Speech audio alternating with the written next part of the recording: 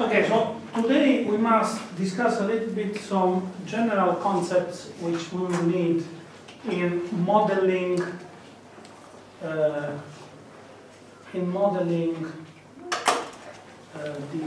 deformable bodies, or in general, which are needed for introducing configuration spaces. Okay? I think after having discussed a little bit with Alessandro that probably it is better that I impose you a small effort of abstraction. This is rather easy. Many mathematicians here should already know it. So I hope that we can do it in less than 2 hours. We will see if we manage. Okay? However, if you have any trouble, you ask me to go slower and we try to give more details. Okay? Okay, so the title of the lecture of today is, this is American style. How close am I? We need to invent the mathematical structure which is used for describing the intuitive fact of being close. Okay? The subtitle is more European style, Introduction to Metric Spaces. I must give credit for this lecture. This is not invented by me, not elaborated even by me. This lecture has been taught by Professor Vincenzo Aversa, who was my professor in mathematical analysis. And he gave exactly this lecture, more or less like that, many, many years ago. And as it is unforgettable, I am repeating it when it is required. So, we have a set S. Okay? And we want to understand what it means that S1 belonging to S and S2 belonging to S are close or not. So how can we do it? Which is the mental process which has to be done. Before we proceed in this, I need to warn you. Distance is not an absolute concept. There is no distance, one distance. Okay? There are many possible distances. The typical example, which I have stolen from Professor Aversa, but you don't know Napoli, but you have an idea of what is Napoli. Napoli is a rather chaotic city. So imagine to consider S as the places in Napoli. So you take two places, S1 and S2 in Napoli, and you want to measure the distance between them. Okay. So you can decide to use the Euclidean distance between the two places. Or you can consider the length of the street for going from one place to the other.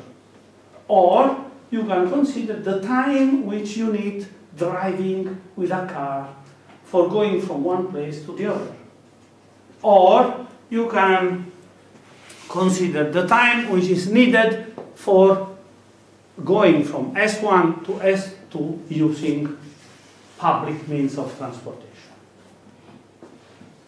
These are all possible ways for defining the distance between S1 and S2, and they are not equivalent. So you can change the concept of distance. Distance is a relative concept. However, the concept of distance, every concept of distance has some common features. So the theory of metric spaces is the study of everything which is in common among all concepts of distance. So, in a sense, it is the theory which is driving us to the definition and use of the concept of distance. Okay? So, we define a function in S, Cartesian S, mapping the pair of elements of S in R plus the set of positive real numbers. So what is doing D? D of S1, comma S2 is an element of R, and D S1, S2 is greater or equal to 0. So again, joking with the fact that we are giving numbers. Okay, another time we are giving numbers. You tell me, you give me two elements in S, and I give you a number representing in a given unit, in a given unity of measure, giving the distance between S1 and S2. Which one? I don't want to tell you. It depends. Okay? However, we want that if, so we make some assumption. Symmetry.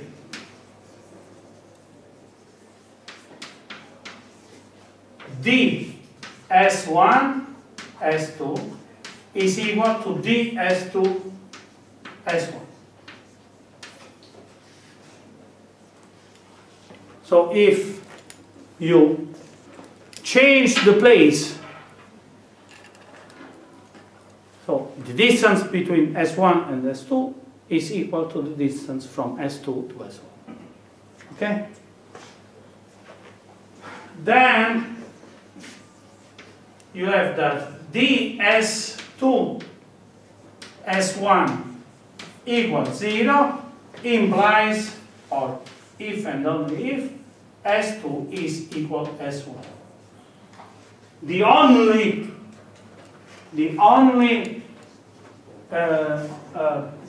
element of S which has distance 0 from a given element of S is the element itself. Okay? And then you have the triangular property.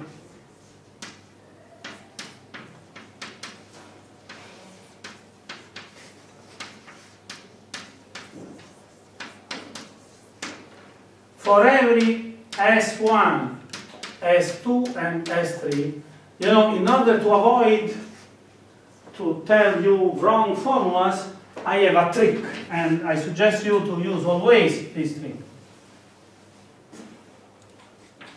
You write S1 here, S3 here, S2 here.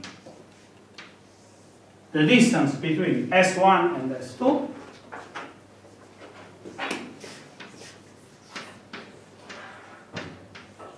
is smaller or equal to the distance from S2 to S3 and S2 to S3, S1 to S3 and S2 to S3. In few words, you know, this is Neapolitan. Short. If you go from S1 and S2 and you must visit S3, in the best possible situation, you are doing the same amount of travel. But in general, you have a longer trip to do. Okay? So, in formulas, you have this.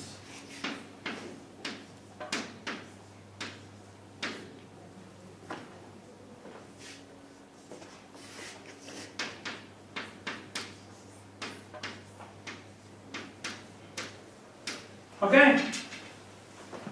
This is a metric space. It is a set of points having a structure which is very simple.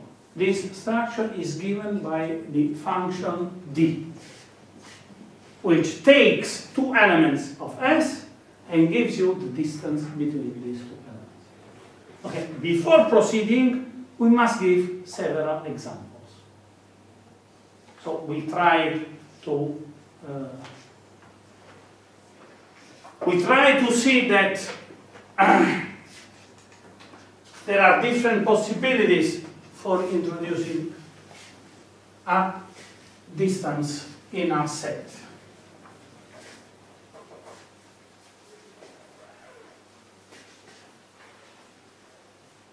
So I will give you some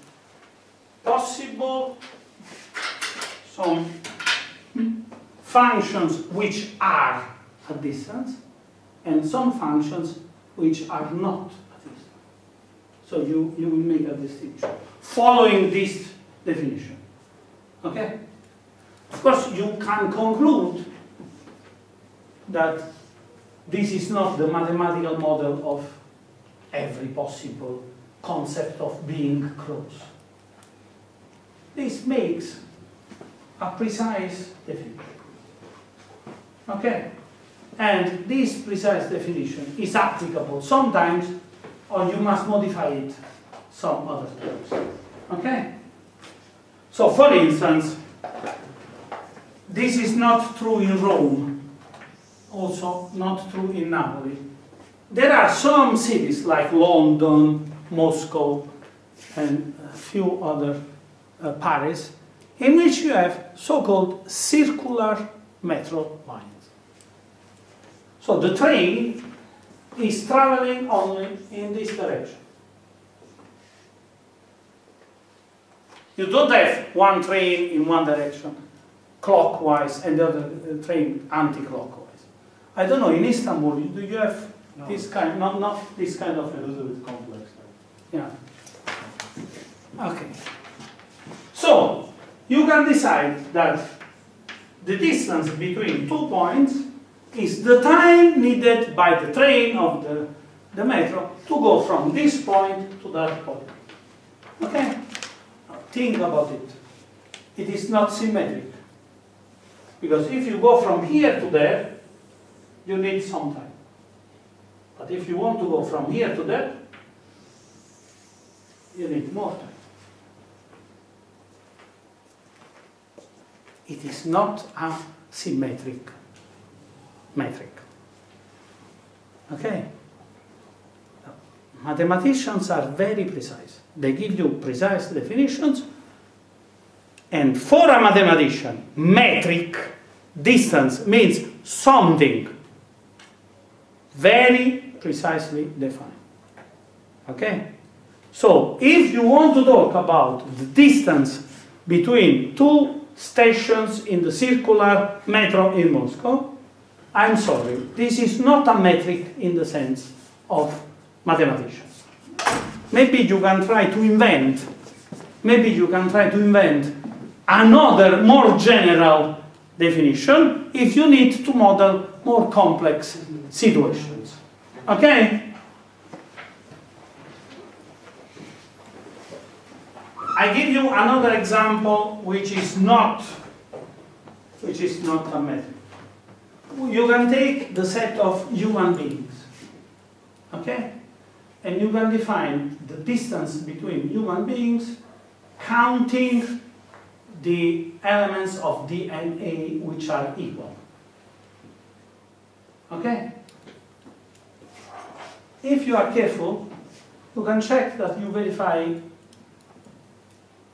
all conditions except one. We have twins, homozygotic twins.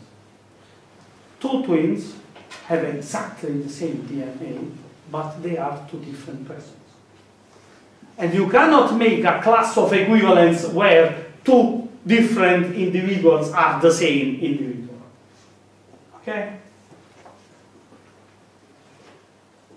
We must discuss in which sense this inequality holds also, but this is not what I want to tell you now. Okay? So, at the end of the story, by the way, in Italian law, but in every Roman-based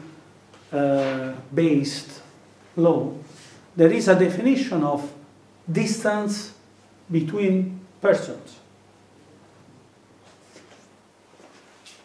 which is not a metric, however. So if there is me, I have a father, I have a grandfather, then this grandfather had another son, and this son had a son himself. So you count 1, 2, 3, 4. I am relative to the third degree with my cousin. Okay, because you count these jumps and then you subtract 1. This is the definition of Italian law. This is very important. If I am member of a selection committee for a position, I must declare that I'm not a relative up to the 4th degree with one of the candidates. Okay, so these are all relevant concepts which are close to the definition of distance, but they are not exactly distances. Okay, so I tell you this because you must learn that mathematics is using words in a very precise way. Natural language is using words in a less precise way. You have a cloud of meanings. Okay? Okay, now let us consider R2. So I have one vector E1, another vector E2, I have a genetic vector V. It is an orthonormal basis. I have V1 and V2, the two components of V in this vector, of this vector in the basis. Okay? I can define the distance between two vectors, V and V1, introducing the norm of V minus V1. Okay? And we know that this is equal to square root of V. I am not very clever, so we call it W here. The only problem for not having written notes when I give a lecture is that I use notation which can be very misleading, as I did last time. I didn't say something wrong, but it was misleading. I hope that the lecture notes will be clear. So why? Because I cannot mix the one for components and the one of the name. So I have V1 minus W1 squared plus V2 minus W2 squared. Okay? This is called the Euclidean distance. But you could use another distance. The distance between V and W could be the maximum between V1 minus W1, comma, V2 minus W2. Absolute value. So this is Euclidean distance, this is another distance. Okay? Or you can define another distance. Please write down these distances, because soon I will give you an exercise to be done. Okay? First minute of relaxation, okay?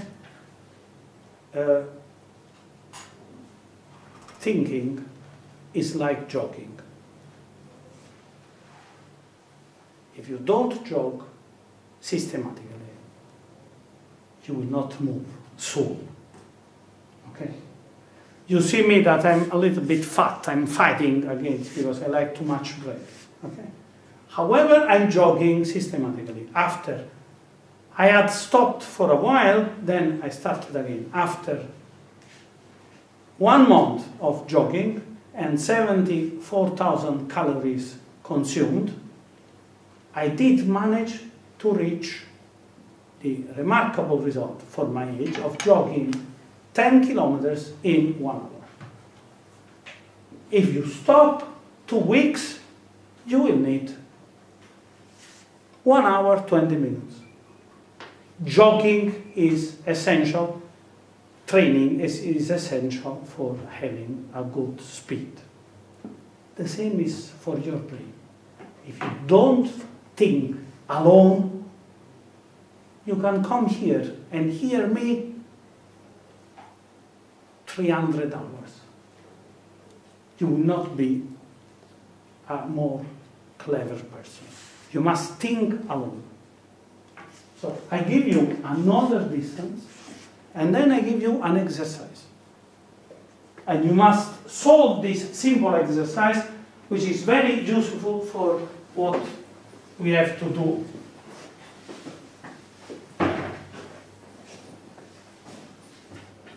So, another distance, d bar of WV is equal to absolute value of W1 minus V1 plus absolute value of W2 minus V2.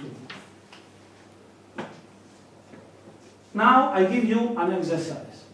Prove that all these three are really metrics in the sense of the definition I've given to you. Okay? Now,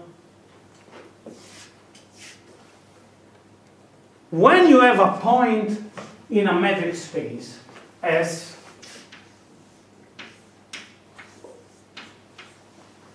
we can introduce the concept of ball centered in S having radius R.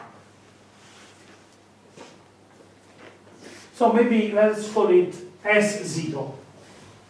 Okay, so you have the center S0, and you want to define the ball centered in S0 having radius R.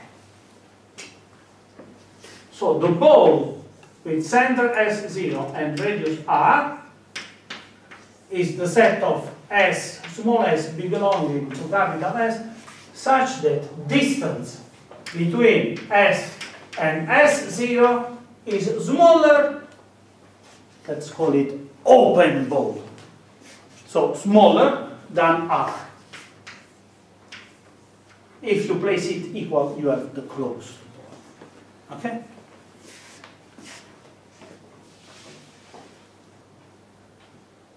The exercise which you must do continues. Can you write the balls in R2 with this matrix, with this matrix, and with that matrix? It's not difficult. But you must think. And while you are thinking, you will understand better what I'm telling you now. Okay? So please find the time for doing this. By the way, one question for the exam will be rigid body motion. Of course, we will continue the subject. It is not yet ended. Another question will be metric spaces. So these two are for sure some questions. Okay, so try to do these definitions. Okay.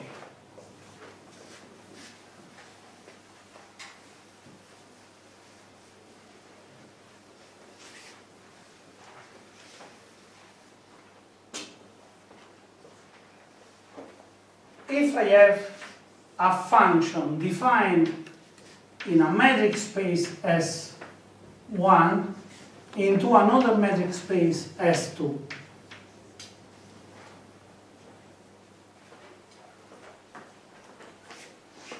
I can tell what it means that this function is continuous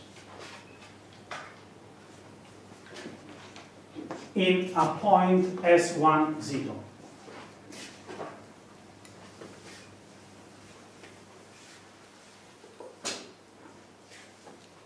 F is continuous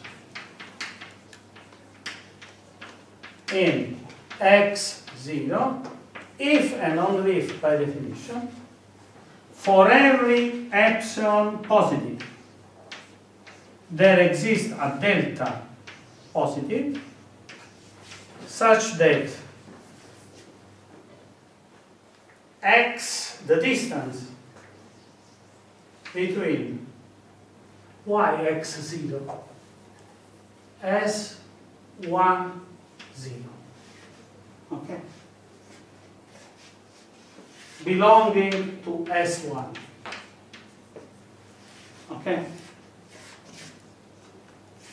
For every epsilon greater than 0, there exists a delta greater than 0, such that the distance between S1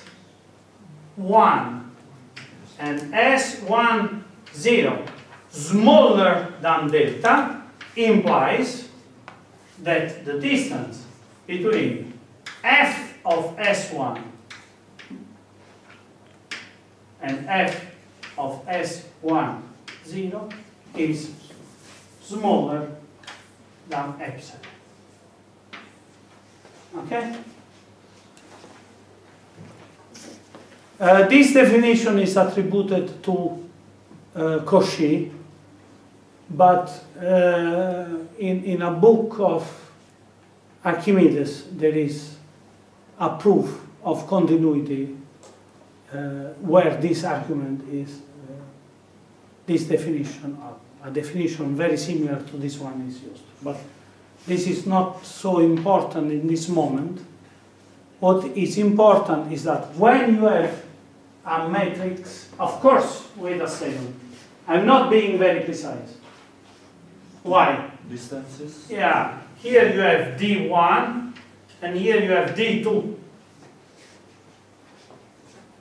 Okay? Because you have different spaces in general. Okay? Very well. So, in particular, if S2 is R, now you must ask me, which is the matrix you place in R? Okay? We have so-called natural matrix, standard matrix in R. R1 belonging to R, R2 belonging to R, we have this is an Euclidean matrix. So the distance Euclidean between R1 and R2 is, the standard one is R1 minus R2 absolute value. Okay? So,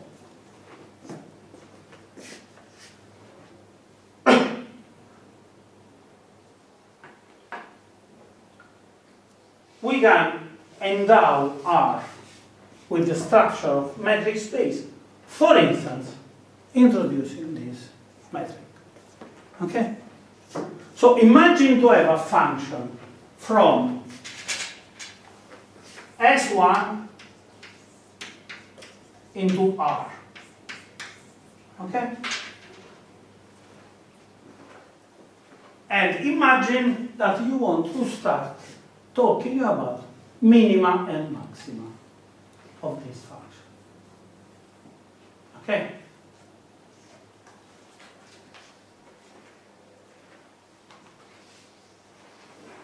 We will see that continuum mechanics, or in general mechanics, starts from a postulate.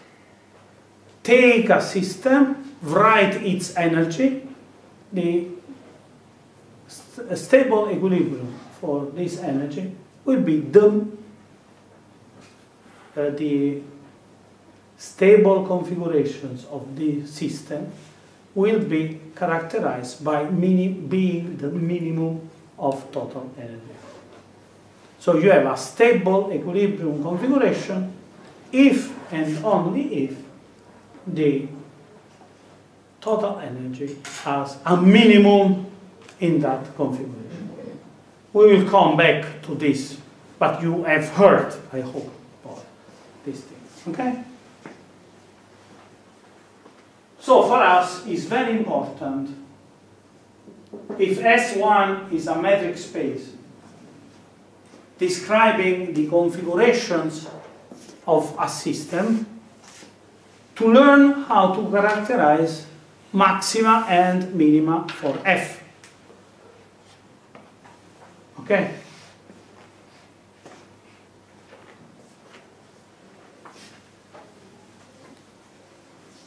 So, as usual,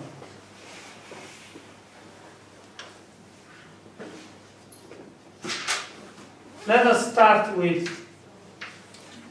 S1 can be everything.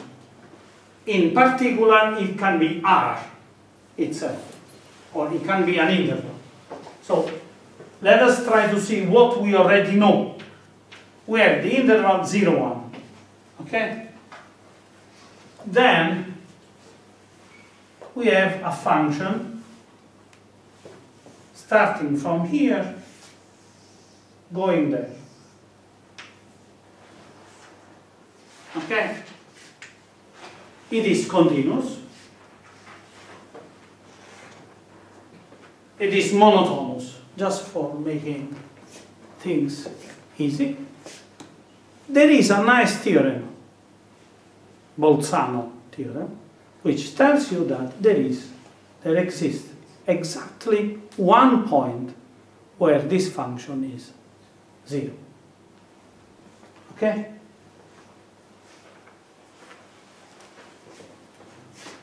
Do you remember how you have proven this theorem?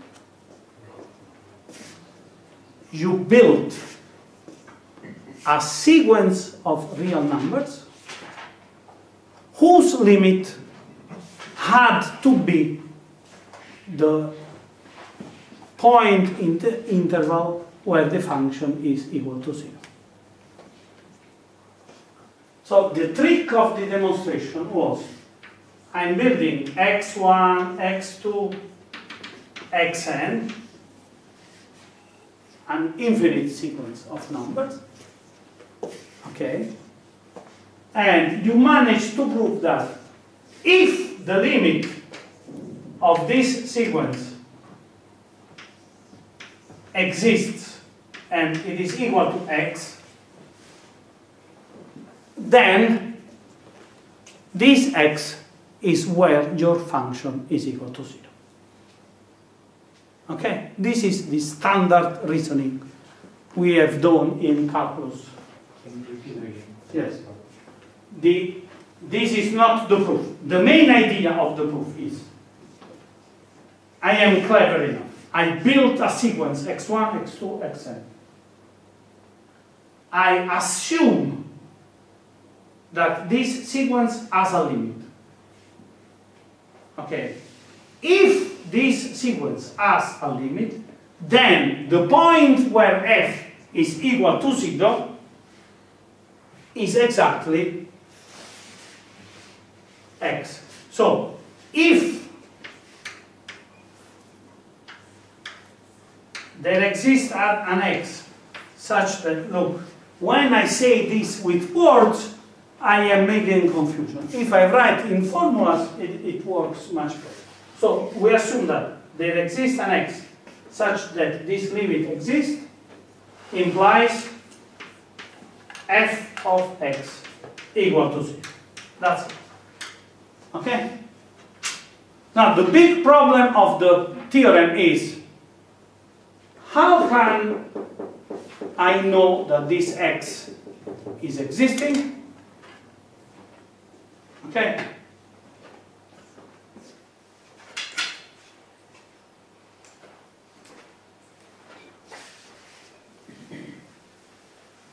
So in other words, I built a sequence xn such that the distance between xn and xh is smaller than epsilon for every epsilon when n and k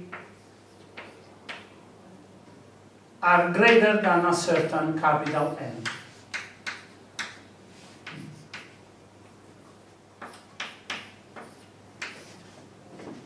So, we prove that this limit is existing in the following way.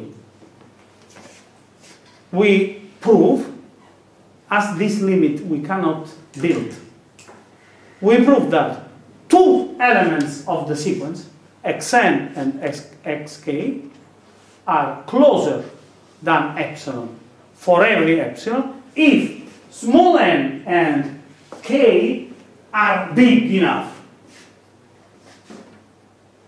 Okay, this is the definition of Cauchy sequence.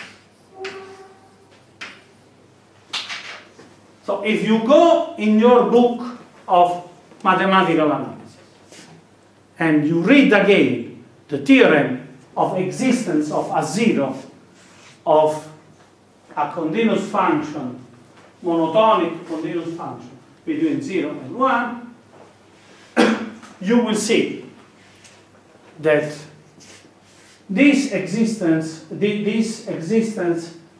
theorem is proven in the following way. You build a sequence. This sequence is a Cauchy sequence. You have built the sequence. So you can check that the points of this sequence are closer and closer. Okay? Then you assume that this sequence has a limit. If this limit exists, then f is 0 exactly in this limit. Okay? Now, we have the crucial point in our discussion. A Cauchy sequence in the set of real numbers has always a limit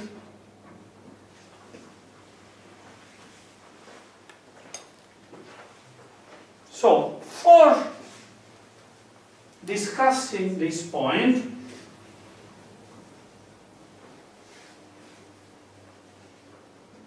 let us talk about rational numbers, which is a subset of real numbers.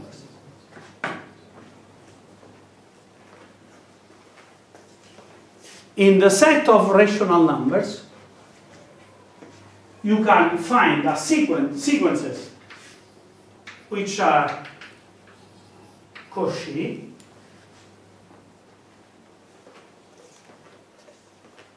which are not converging to a rational number. So, the standard example is square root of 2. Okay, so what you are doing, you find that 1 square is smaller than 2, which is smaller than 2 square. So square root of 2 is between 1 and 2. Then you divide the interval 1, 2 in 10 parts. You calculate, making calculations by hand. This is an algorithm. You calculate the k such that 1 plus k over 10 squared is smaller than 2, and such that 1 plus k plus 1 over 10 squared is greater than 2. Okay? When you find this k, you write square root of 2 nearly equal to 1 comma k. Okay? Then you divide the interval 1 plus k over 10, 1 plus k plus 1 over 10 in 10 parts, okay? And you repeat the calculation. You will add the second h digit here, and so on. What you are producing? A sequence of rational numbers, which is Cauchy.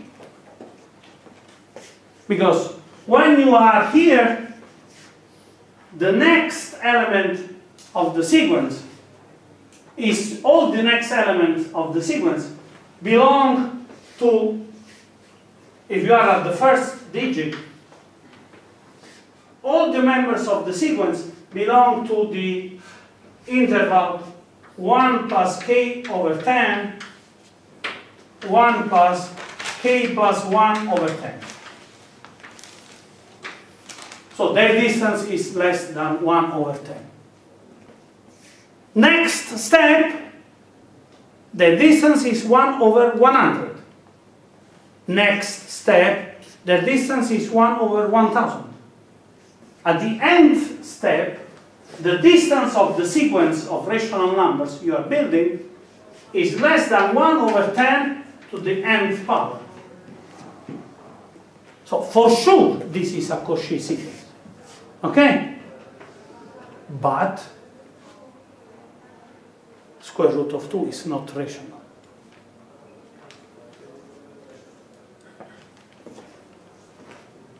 So in the set of rational numbers, you can find a Cauchy sequence which has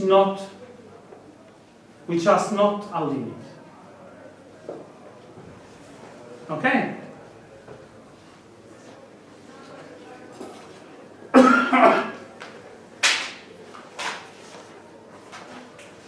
So let us move a little bit, another step. I have a metric space. I consider all Cauchy sequences in this metric space. Okay?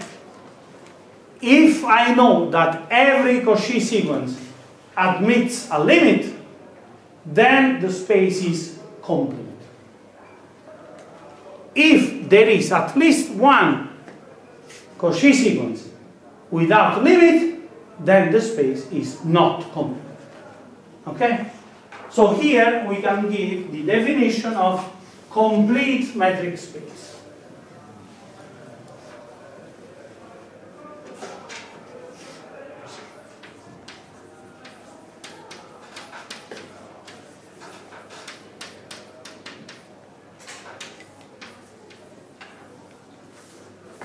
For every sequence Sn, Sn Cauchy implies exist as such that limit of for n tending to infinity of Sn equal S. This is the definition of a complete metric space. Okay? Q is not complete. The set of rational numbers is not complete. Okay? We have a good news. The set of real numbers is complete. So every sequence, Cauchy sequence of real numbers is converging somewhere. Okay?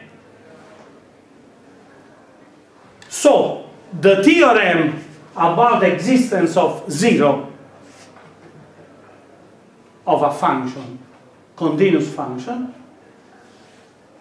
can be proven simply knowing that the sequence of numbers we are choosing for approximating our point x, where the f is 0, is Cauchy. The only fact that you have a Cauchy sequence automatically assures you that it has a limit. Okay? Do we want to live in complete metric space or not? Without the hypothesis of completeness, we cannot survive. We cannot prove a lot of theorems. Okay? But there is also a bad news for engineers. If you try to compute numerical solutions in a space which is not complete, you can get that your numerical approximation, so you make a sequence of numerical approximation. This sequence has an error which is decreasing. So it is a Cauchy sequence. Is it convergent? Nobody knows. Where it is convergent? Who knows? Okay? So it doesn't mean anything that your error is decreasing if you have chosen a space which is not complete.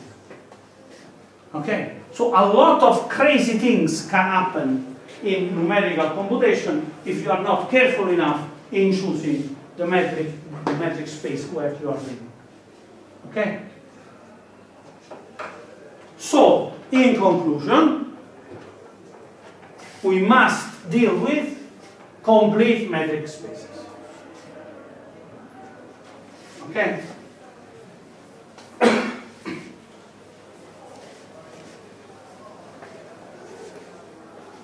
However, and here once more you can see at the end of the story, when you have functions defined in Rn, everything is easy. Why? Because Rn with the matrix, Euclidean matrix, is complete. Okay? So, if you have a mechanical system, and this mechanical system has a space of configurations which is finite dimensional, then you introduce the distance between x and y like square root of x1 minus y1 squared plus xn minus yn squared. This is a metric. Rn with this metric is complete, and you can do everything without troubles. Okay?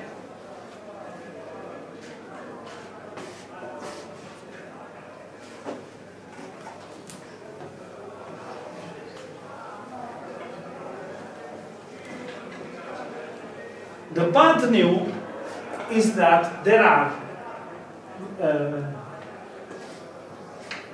metric spaces where you cannot find a finite basis. So you can find vector spaces in which you introduce a metric, and these vector spaces with a metric do not have a finite dimensional basis. So let us slowly proceed in this, because this is a crucial point you must understand. I already started speaking about the model beam, Euler beam. So we have a slim body, and we use the curve formed by the barycenters of the section of this body as a representative of the shape of the body, which is a simplified model for the deformation of this body. Okay? We will go into the details of this model. Then let us assume that this I call it already elastica, I think. Okay, the model of an elastic line. Let us imagine that you have a purely transverse displacement of a beam having a straight line shape in the reference configuration, and you will have the new shape of the beam. Okay? So the new shape of the beam is the plot, is the graph of the function, the scalar function us. Okay? This is clear, I think, right? Also for mathematicians. For engineers, they studied a lot theory of beam, but also for mathematicians. It is very simple. Okay, you have the elastica, the line whose deformation energy depends on curvature. Okay, and you have a displacement which is purely transverse. And the new shape of the beam is given by the plot of the function u of s. Okay? Now, when this displacement is small enough, the deformation energy is given by alpha over 2 u second square s. So, this is telling you what? You take a beam, you bend it a little bit, the plot of the function u has a non-vanishing second derivative, you calculate the integral of the second derivative of u squared, okay, and you get the total energy of your beam. Okay, this is true for small displacement. So you need to be able to calculate the integral of the square of the second derivative of u. Okay? So, your space of configuration is not so easy. You need a space which is rich enough to allow you to calculate this integral. Okay? For instance, if you have a beam which is broken in a given point, so the plot of u is discontinuous, you cannot talk about the energy of this. Okay. Mathematically speaking, maybe you can calculate this integral. However, it means nothing. There is a big problem. What is the second derivative here? Nobody knows of this function. Okay? So, we have troubles for calculating this integral everywhere. Okay? So, we assume to have the second derivative of the function, and this second derivative is continuous. Let us start thinking with this assumption. So we have C2, the set of 2 times differentiable functions defined in the interval 0, L, here. Okay? So we are telling very simple things. Right?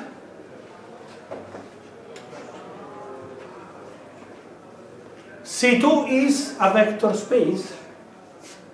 Yes.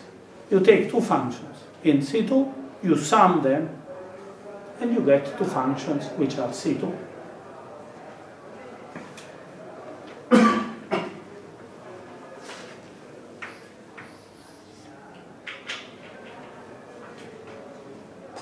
Now the question arises. What it means that two shapes are close?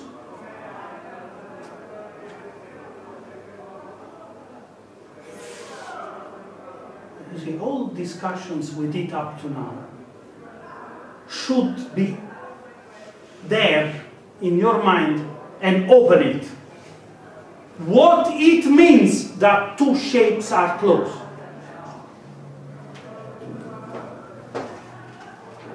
I need a metric inside this space. So I have C2, I have the function U of S, I have the function W of S, and I ask myself, which kind of distance can I introduce in this space?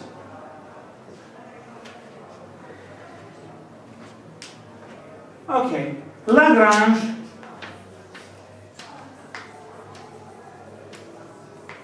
proposed to consider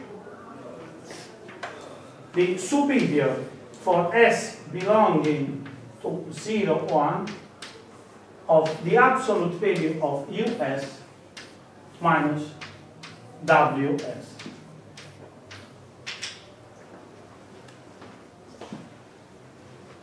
So, two functions are close if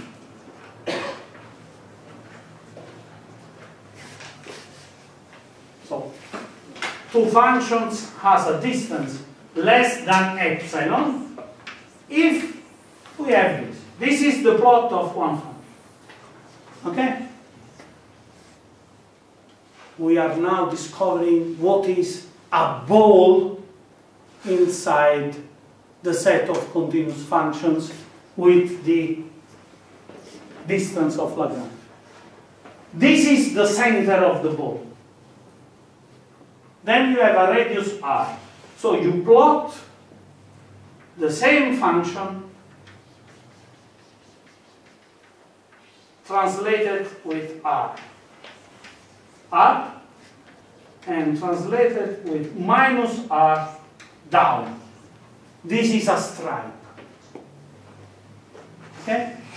Now think slowly. Every function, continuous function, inside the ball with center my function and radius r has a plot falling in this stripe. So this stripe is, in a sense, the ball in our space.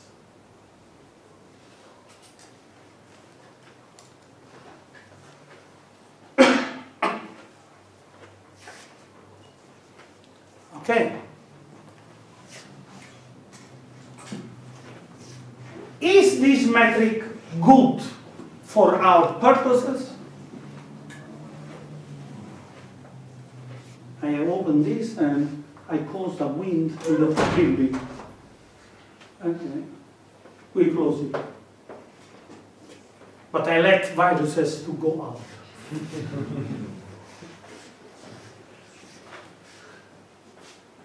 So think slowly.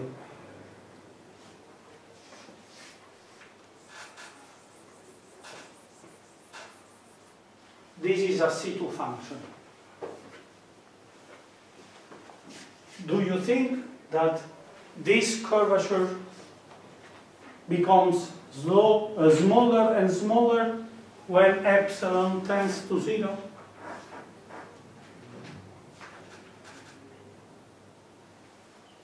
Try to make some calculations. If the stripe becomes smaller, you can always find a very wavy function inside it, having the integral of the second derivative very different from the integral of the second derivative of the function in the center. So this metric you are allowed to consider this method. But this function is not continuous in this method. So you have an energy which is not continuous with respect to the metric you have introduced in the set of continuous functions, C2 functions. Okay? So one starts understanding that unfortunately life is very difficult.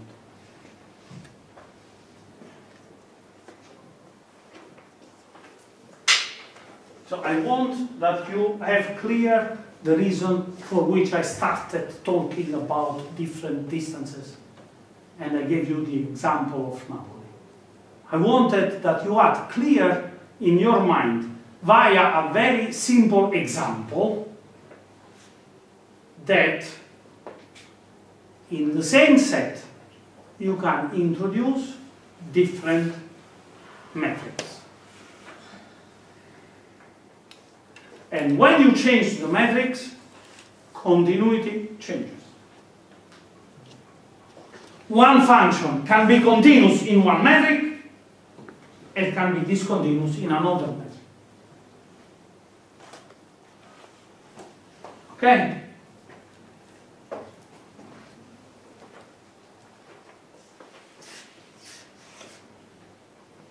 Okay, so I needed to tell you that Lagrange is not always right and is not giving always the right solution for every problem. Of course, the matrix of Lagrange is very useful for many applications, but not for the theory of beams.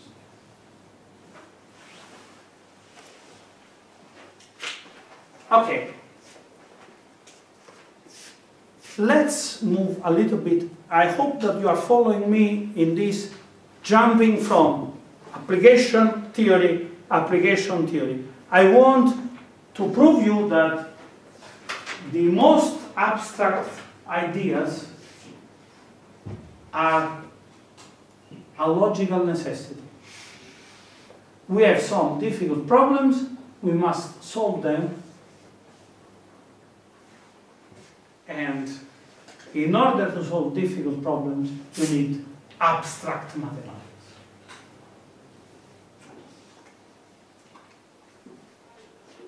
Okay. So,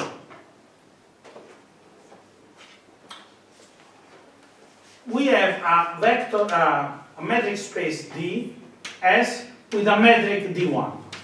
The same set with another metric D2. So I have two different metrics. Okay? We say that D1 is equivalent to D2 if and only if the set of sequences, so converging sequences in D1, is equal to converging sequences of D2.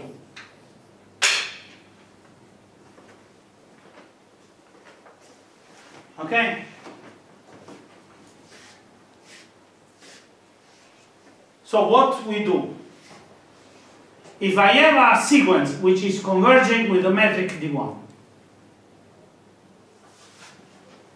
and I know that it belongs to the set of sequences converging in D2. So, converging in D1 implies converging in D2. And vice versa, I change the metrics. Okay? But I don't change the concept of converging sequence. Are we really interested in the metrics or in the concept of convergent sequence?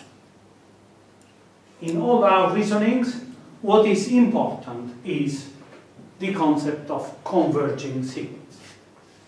So we say that two metrics are equivalent if the set of converging sequences in the first metric and the set of converging sequences in the second is equivalent.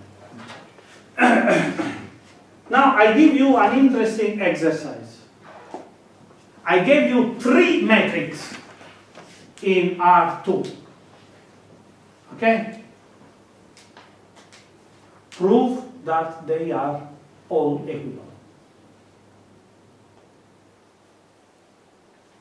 So if I use the Euclidean metric, if I use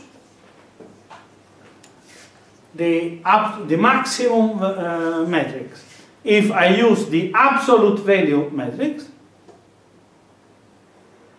the set of converging sequences are the same. So I can use one metric, the other metric, another metric. Nothing bad. They are all equivalent. Okay. There is a rather general theorem which tells you that there is a big amount of metrics in Rn which are all equivalent. There is a large class of metrics, those produced with a norm, which are all equivalent. So in Rn, you change the matrix, you don't change the convergence. Okay? I must remember to tell you what is a metric produced by a norm. Okay? So I must remember, I tell you now, that we should talk a little bit about Banach spaces. But only a little bit, just for framing some of the main ideas we are doing. Okay, and as I know that not everybody knows this concept, I want to dedicate some time to this. Okay, so we will remember this. So for many metrics in Rn, they are all equivalent. Okay. Now, let's go back to C2, which is a very bad space. You know, C2 caused us to change the theory of integration, obliged us to invent the concept of completion of a metric space, obliged us to define very complicated derivatives. I mean, this C2 is a very bad, very bad space. Okay? Let's move a little step further. C2 is a vector space. Okay? In vector spaces, you can have a basis. A basis is a set of vectors by means of which, using linear combinations, you can represent every element of the vector space, if it is finite dimensional. So, a vector space has a sum, a product for the scalar, and you have the real numbers as a scalar set. Okay? The dimension of V is smaller than infinity if there exists an M, capital M. So, and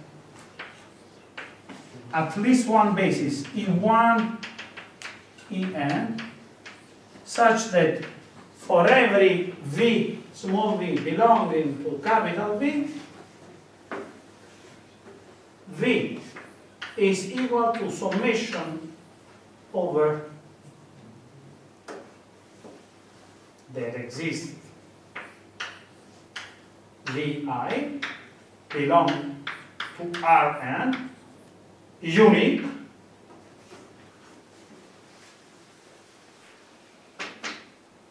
such that V is equal to summation over I of VI EI. Okay? N is called the dimension of the vector space.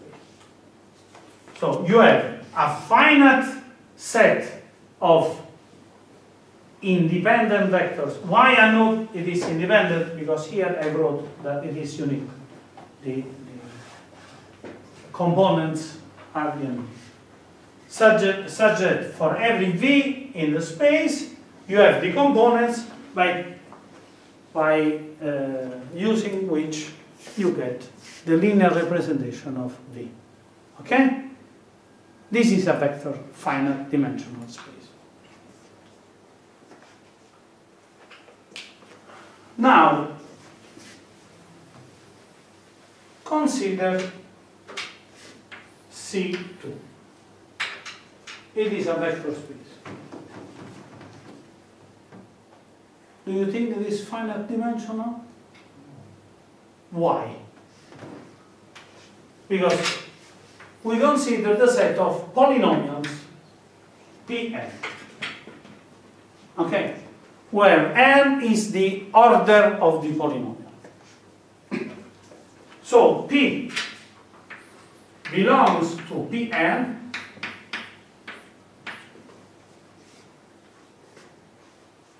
means that P is equal to summation from 0 to capital N of alpha I x to the power I.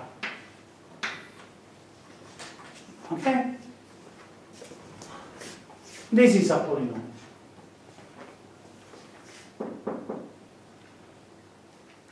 Now, let us talk about Pn. Pn is a vector space.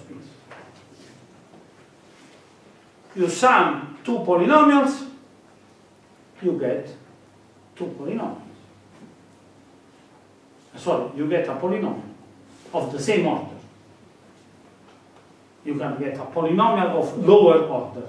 You cannot get a polynomial of higher order. Okay? What can happen is that alpha n of one polynomial is equal to minus alpha n of the other polynomial. You sum them and the order goes down. But you cannot have a higher order polynomial summing two polynomials. You can multiply a polynomial times a scalar and you get another polynomial. You have the polynomial 0, all alpha equal to 0. You have the opposite of a polynomial. The polynomial having coefficients minus alpha I.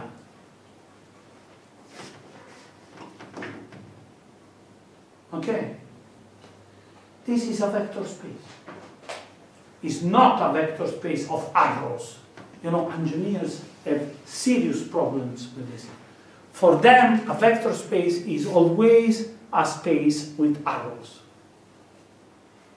Arrows, displacements. Okay, this is a vector space made of functions, which are polynomials. It is a nice example. Why it is a nice example? Because it is an example of vector space, finite dimensional, which is not related at all with displacements in Euclidean space. Okay?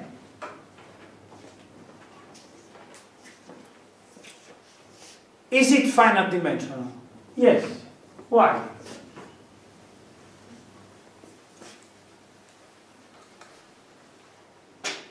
I take the polynomial which to x associates a constant, 1. The polynomial which to x associates x to the power 1. X associates x to the power n, capital N. These are capital N polynomials. every polynomial in Pn is a linear combination of these polynomials. You agree? So the dimension of Pn is no greater than capital N. But it is exactly equal to N. What should I do for proving that it is exactly equal to N? N plus 1. Sorry? N plus 1. N plus, yes, N plus 1. N plus 1. To prove that it has exactly the dimension N plus 1, you write 0 times 1 plus 0 times x power 1 plus 0 power xn. The linear combination of the elements of the basis with zeros. You get the polynomial 0. Then you write alpha 1, alpha 0, alpha 1, alpha n equal 0. So you write a linear combination of the elements of the vector, of the set of vectors, with coefficients, generic coefficients alpha, 1, alpha 2, alpha n. You impose it is equal to the vector 0. All alphas are 0. So this is a basis for Pn, and it is linear independent basis. Okay? So Pn is a finite dimensional vector space having dimension n plus 1. Okay? Did I tell you something about n? Nothing. And all these polynomials are inside C2.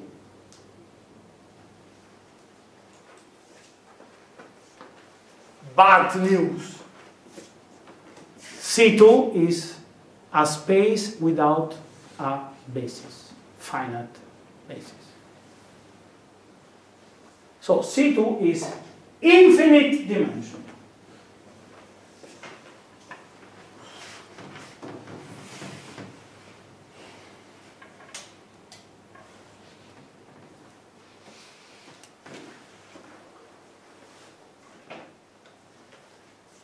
So now we know that there are not a lot of chances that you change the metrics and they are equivalent.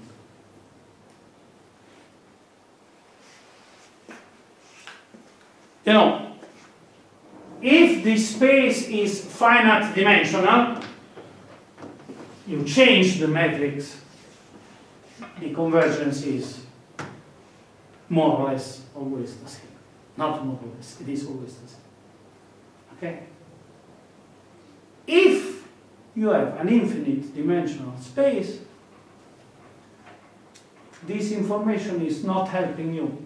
So you must start suspecting that when you have an infinite dimensional space, you have different convergences when you have different metrics.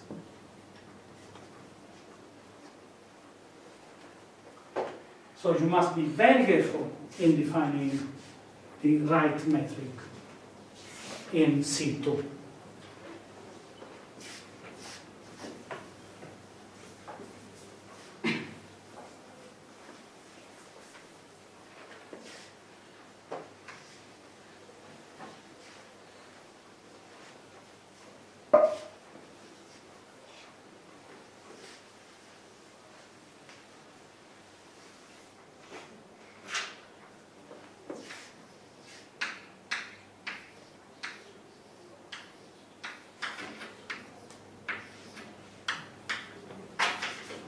The man who understood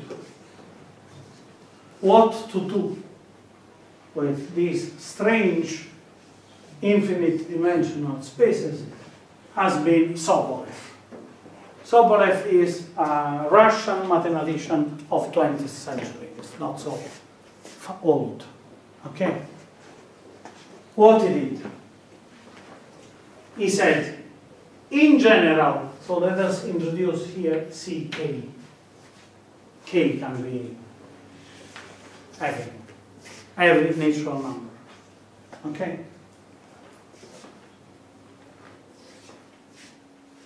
If I want to tell that two functions are close, so I have the function f and the function g, they belong to CK,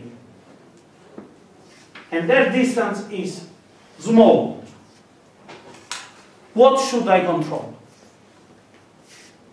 The function and their derivatives. The functions and their derivatives. So one possibility, we keep calling it Lagrange,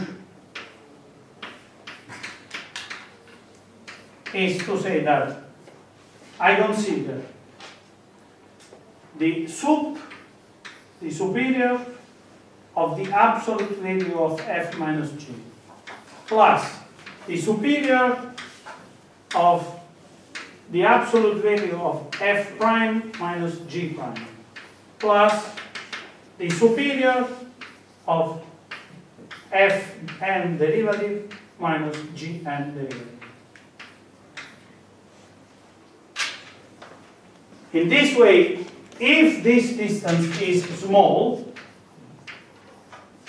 I know that the nth, okay, better to call it k, so I have the same k which I have here. Okay. The kth derivatives are close. The k minus 1 derivative is close. The first derivative is close. The two functions are close. Okay? So this is a possible method. Okay? But this is not working very well for our theories. What works very well is this one.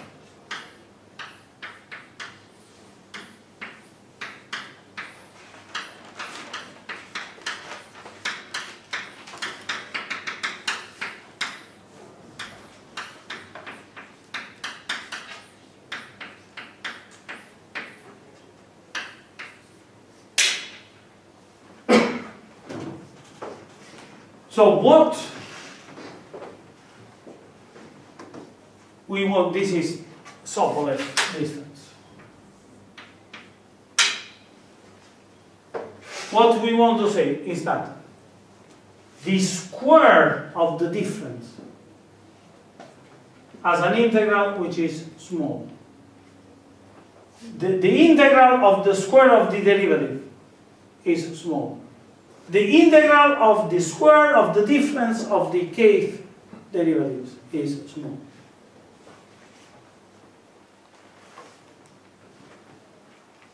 This is a very useful metric space. Also this one can be used. But the bad news is that these two are not equivalent.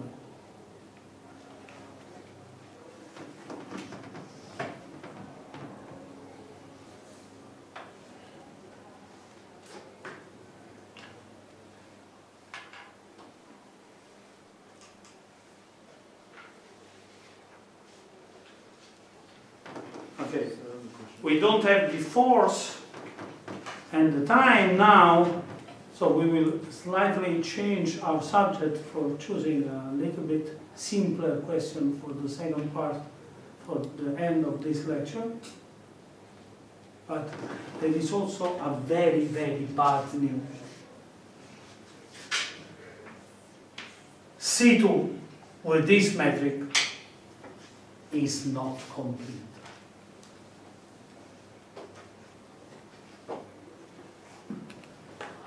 No, life is difficult.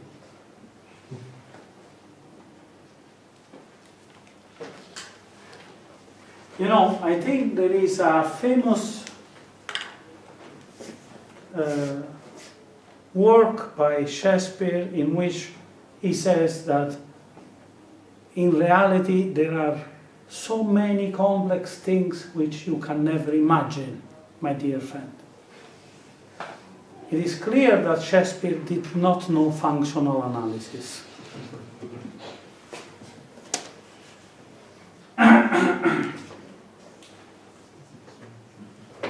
Question. So we can use all the rest theory. So? So we can use all the rest theory.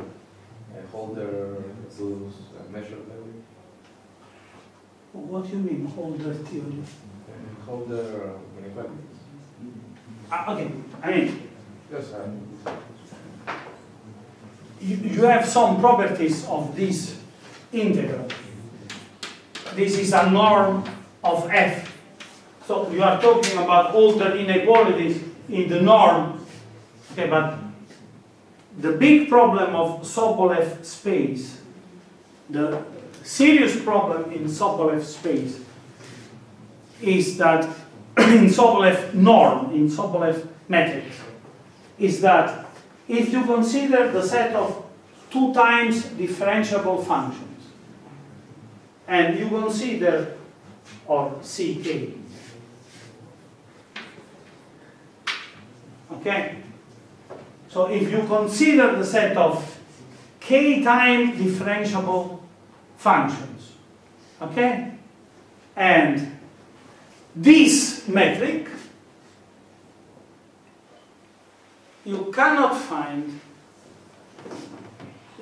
you can't find Cauchy sequences which are not convergent.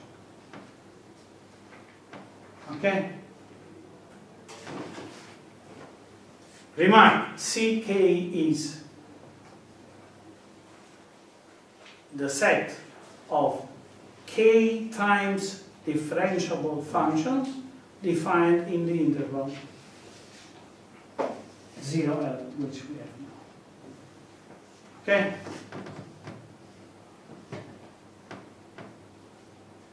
I think that we needed 2 weeks, 3 weeks for reconstructing the counter example, right, Alessandro? Because I remembered it, and then I tried to explain it to Anthony and Alessandro, and Anthony found a lead hole in my demonstration. So I was obliged to go back to the books for finding the demonstration. Maybe it could be useful to distribute the counterexample in a written form, if we manage to do it quickly. Okay? It is very, very important, I think. So if those who are interested can see that it doesn't work. Okay? So I have a question. Yeah. Okay. So the functions here defined in the Sobolev distance, are they only real valued functions? They are real valued functions defined in the interval 0L, and they are assumed to have the first, the second, the kth derivative. And all these derivatives are continuous in the interval. Okay, then secondly, the motive where we square the function, can there be a similar motive where we can take the kth power of those differences of the derivatives of the function? You can change. Of course, you can change.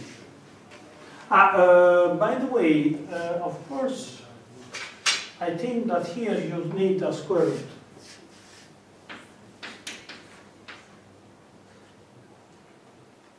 Yes, here you need a square root.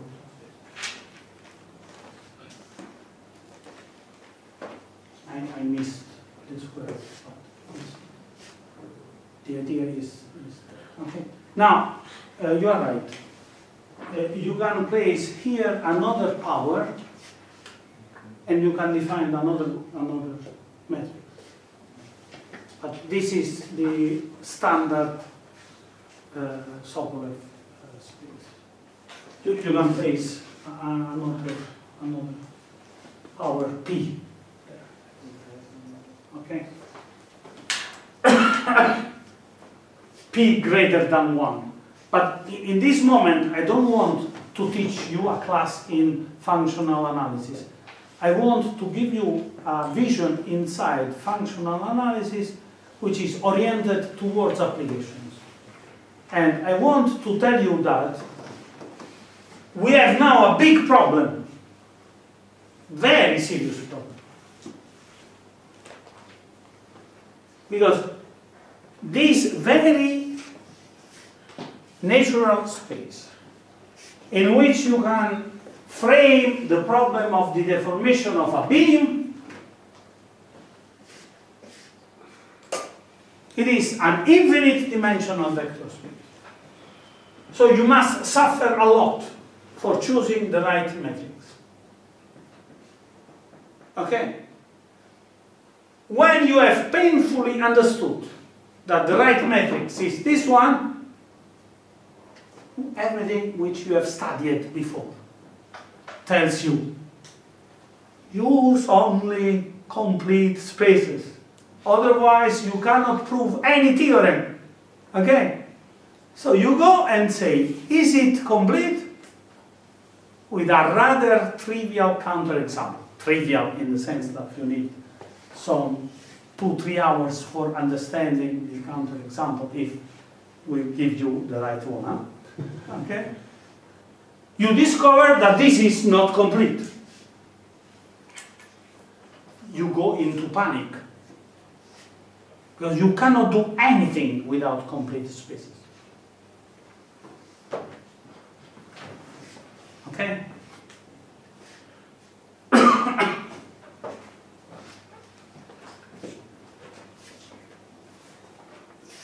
Okay, so we have 20 minutes more or less.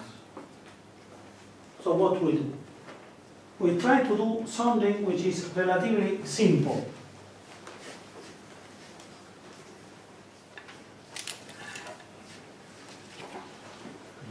If I have a metric space which is not complete,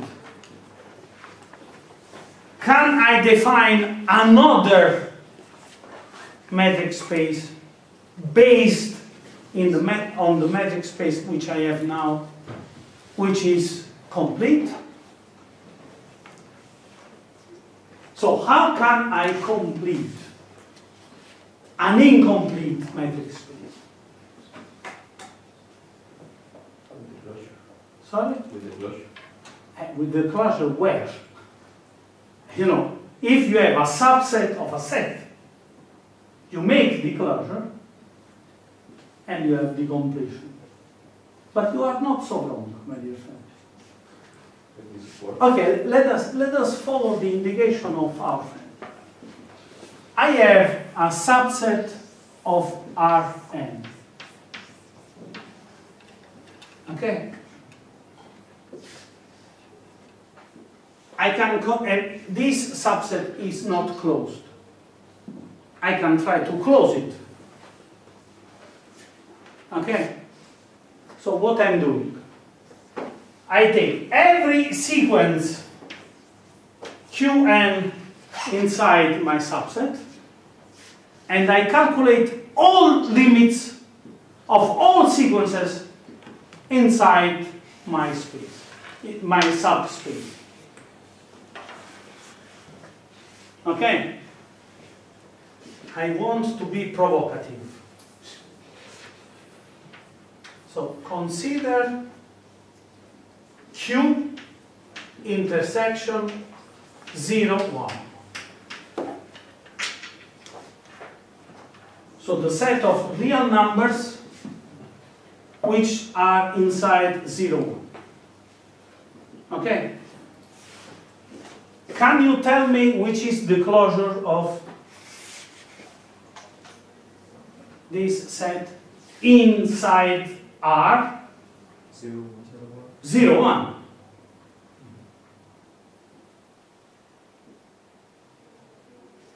So you take a real number here. You choose a sequence of rationals converging to that real number. And you represent every element in the closure. I'm happy that we are interacting. You know, this is probably what was in the mind of Archimedes, Euclid, Cauchy, when they invented the concept of complete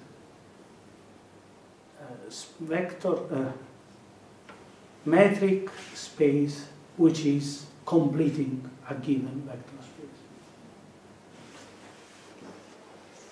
space. So you need a vector space, a metric space, in which every element is the limit of all sequences of the other space which try to converge and do not manage. Okay? Of course, a mathematician will be horrified by these words I'm telling you. Okay? A sequence which is Cauchy wants to converge. You know, a serious mathematician, when he hears me telling these things, starts crying and then shouting. Okay? But why I think it is very important to tell you these words and then trying to be precise? Because Archimedes was teaching us that this is the way in which mathematics is invented. So, as we are tired, I tell you in 5 minutes, or maybe less, the story of a work by Archimedes. I hope that you already know the story. If you don't know it, you are guilty. And I invite you to go immediately to check every details in Wikipedia. There is a giant of mechanics and Greek language. This man, Heiberg, was one of the few men in the history of human thought who could fluently read Doric Greek. You know, Attic Greek is easy. Doric Greek is even more difficult. Archimedes wrote in Doric Greek what you want to do. Okay? Second, he knows mathematics. Third, he knows mechanics. Fourth, he can speak a modern language. Okay?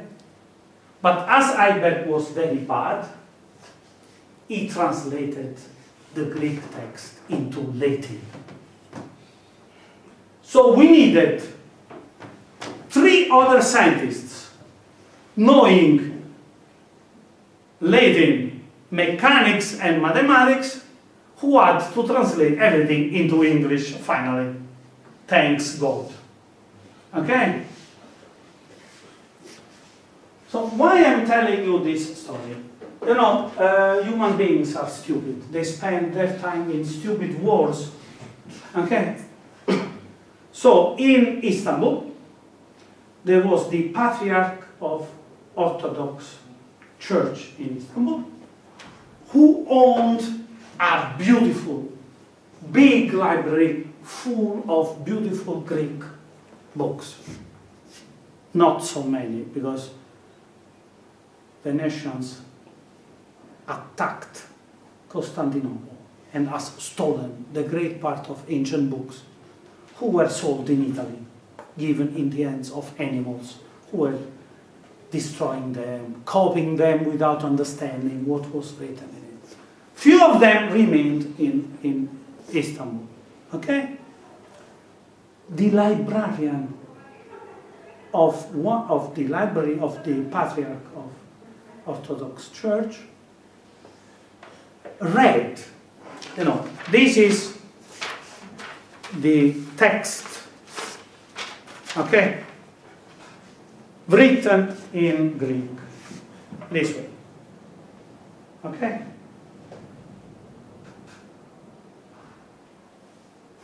He turned like that, he used a magnifying glass, and he read other words in this direction. This was a parchment. Somebody had scratched away the written text for reusing in this way the parchment. Okay. In these pages, in this way, there are some prayers against flu. In this direction, there is On the Method by Archimedes. Heiberg read in the catalog of the Library of the Patriarch 3 lines copied by the librarian. Reading it, he understood it was Archimedes. Think about this. This man, reading 3 lines, could discover who was the author. Just for telling you who Heiberg was. Okay. He asked the rector of his university to go there to read the book. The rector did not give him the permission because he had to give his lectures. Okay, so Heiberg went there beginning of July during his holiday vacation, summer vacation. Went there, bribed the librarian, and was allowed to touch this text and copied it by hands, all the text. He shot some pictures also.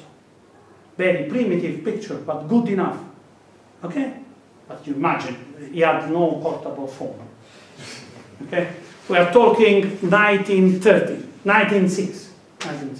Okay? So they could shoot pictures, rather good quality pictures. Okay? Then he came back to Germany and started translating it. Okay? What he discovered? Integral between a and b of x squared dx equal b cubed over 3 minus a cubed over 3. The theorem of it. Not only he discovered this, he discovered a reasoning. What he writes? He writes something like that. For my successors, I want to tell you how I conjectured this result. Before proving it. So in the mind of Archimedes, it was very clear that something is a rigorous proof and something else is to conjecture the result. And do you know how he conjectured this result? He took a floating piece of wood, floating in the water. He saw the level where it stopped sinking, so the position of equilibrium. So he imagined where the barycenter was, and he conjectured that the barycenter, for calculating which you need this integral, was placed somewhere. He imagined that this was the result, then he proved with Riemann sums and epsilon delta argument, as we are doing it for integrals. What I want to tell you is that mathematics is not produced out of the blue by somebody. You know, out of the blue is the American way of telling. In Neapolitan, you say another idiomatic expression, try to understand it. You don't wake up one morning and while jumping out of your bed, you find the conjecture. Okay? So, for conjecturing something, you follow a reasoning. Okay? So what I'm trying to explain you is that Sobolev made a sequence of reasonings together with Lebesgue. And at the end of these reasonings, he did manage to formulate a theory which is mathematically self-consistent and mathematically fruitful. And he gave to modern engineers the calculation tools needed for predicting the behavior of mechanical systems. Okay? So I know it is difficult, but I'm trying to follow what Archimedes is suggesting us. Archimedes writes it explicitly. I wanted to try to explain how I conjectured this result. I already gave you the result. The proof. You know, he was clever. He sent the theorem to Eratosthenes, who was the head of the library of Alexandria. You know, it is like the editor-in-chief of one journal to whom I send now my paper. Okay. Syracuse was a very provincial university compared with Alexandria in Egypt, those times. So the power was in Alexandria. So it was a little bit like we are sending from Rome or l'Aquila, even worse, a paper in the United States, and they read, okay, these people, what they want. Okay. Archimedes wrote, I send you the theorem, demonstrated in a formal way. And you know that the logical demonstration, the logics behind the demonstration was very good. You accepted to copy, because, you know, these papers had to be copied in the library for producing many copies to be distributed all around the Greek world. So it was a kind of publication of your results. Now that you have accepted the proof, I send you the description of how I did manage to reach this result intuitively, and describes the procedure. Okay? I don't know why modern mathematicians prefer only to discuss about the final result. We must teach you how to invent new results. Of course, it is very important that you learn the clean form of a theorem. Okay? But it is also very important that you learn how to conjecture these results. So, what I'm trying to do is exactly this. I jump from a rigorous definition to a motivation for the next step.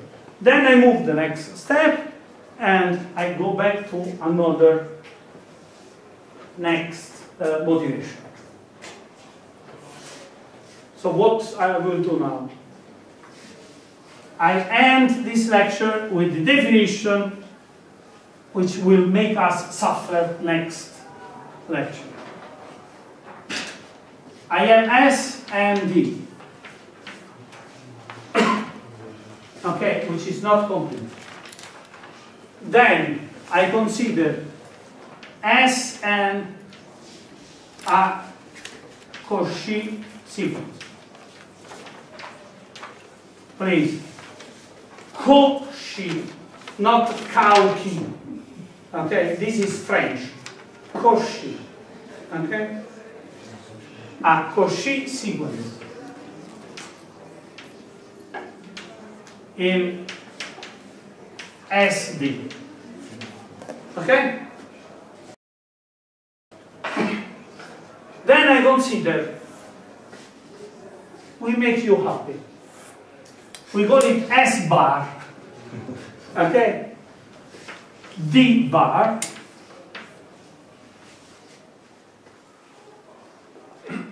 A new set. I need to build it slowly.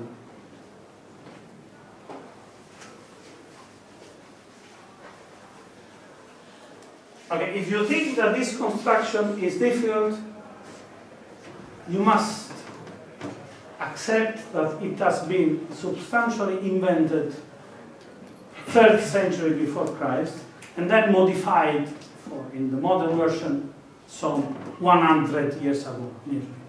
Okay, so it is not, I'm not teaching you the mathematics of yesterday. Okay, this is an old mathematics. So, Cauchy sequence is the set of all Cauchy sequences inside. Okay? Then I introduce a relation, an equivalence relation in the set of Cauchy sequences. It's very easy. The sequence Sn is equivalent to the sequence S bar n, no, S hat n, if and only if the limit for n tending to infinity of the distance of Sn, S hat n, is equal to 0.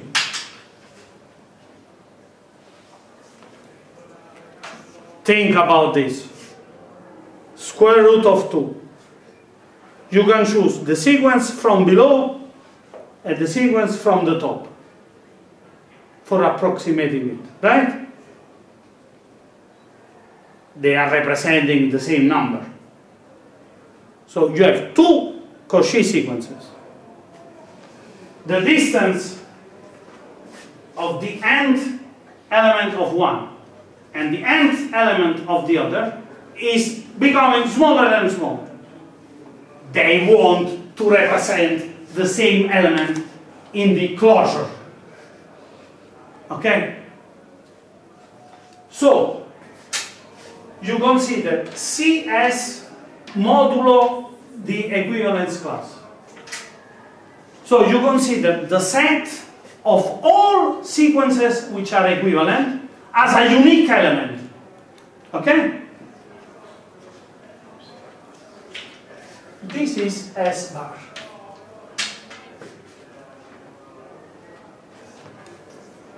Okay?